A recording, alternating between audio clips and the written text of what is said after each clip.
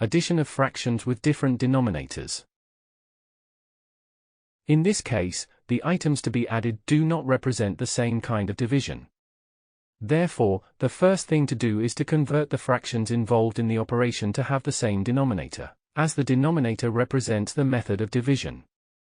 This is because it would not be right to add items of different sizes. For example, if we want to add 3/5 and 1/6, first we must find the LCM of 5 and 6, which is 30, then write the two fractions with a denominator of 30 by making the appropriate arrangements in the numerators, i.e. to write the equivalent fractions to the original ones but with denominator 30, and eventually, add the new fractions like we did earlier. We have the following.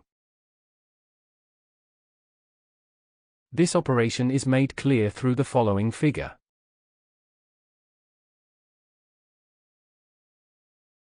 Example.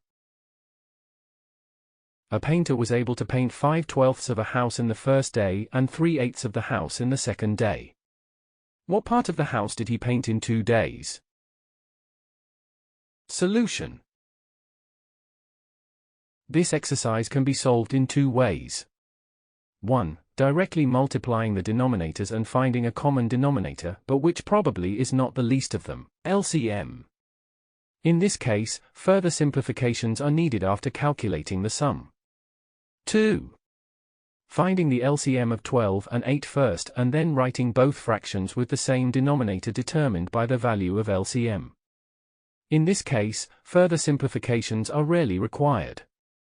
Let's solve this exercise in both ways. We have the following as shown on screen.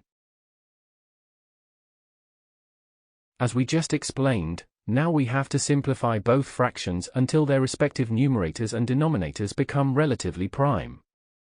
Thus, we have the following. We can find the LCM, 12 and 8, first. We have LCM, 12 and 8, equals 24.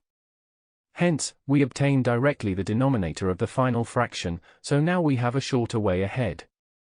Thus, we obtain the following. As you can see, the result is the same in both cases.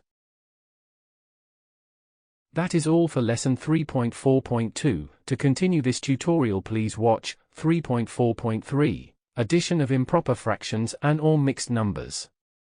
Thank you for watching. Make sure to like and subscribe to keep up to date with new videos. For more information, calculators, and tutorials, please visit www.icalculator.info.